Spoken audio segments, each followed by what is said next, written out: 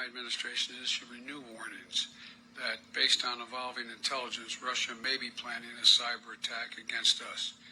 And as I said, the magnitude of Russia's cyber capacity is fairly consequential, and it's coming. The federal government is doing its part to get ready, but under U.S. law, as you all remember, the private sector, all of you, largely decides the protections that you will or will not take in order to protect your sources.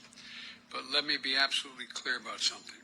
It's not just in your interest that are at stake with the potential use of cybersecurity.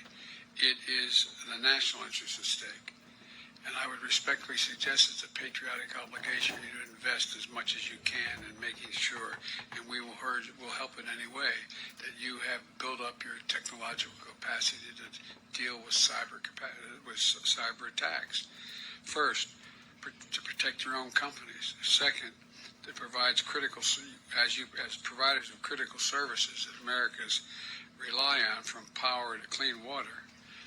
And finally, your role you can play in helping secure every American and every American's privacy. So Biden's pretty much putting this on the American people. He's telling us it's coming, okay? And he's saying it's on you to take care of yourself and to protect yourself, which is incredible because that's what the government is supposed to do. They have deliberately left our power grid vulnerable for a reason. I covered that a few weeks ago. They did a 60 Minutes piece on the power grid and why the power grid is so vulnerable, because there's no protection for it. The government has done nothing to protect it on purpose because of this reset that is coming. So what's the difference, you ask, between an EMP attack and a power grid attack? Well, I'm actually going to use a few news clips here, and believe it or not, even at one point CNN discussed it, which doesn't mean it's not credible. This is about 10, 15 years ago, where they were talking about this, and other news outlets have discussed it in the past, but there's a reason they're not talking about it anymore. Because they don't want people to know that an EMP attack is coming. Because guess what?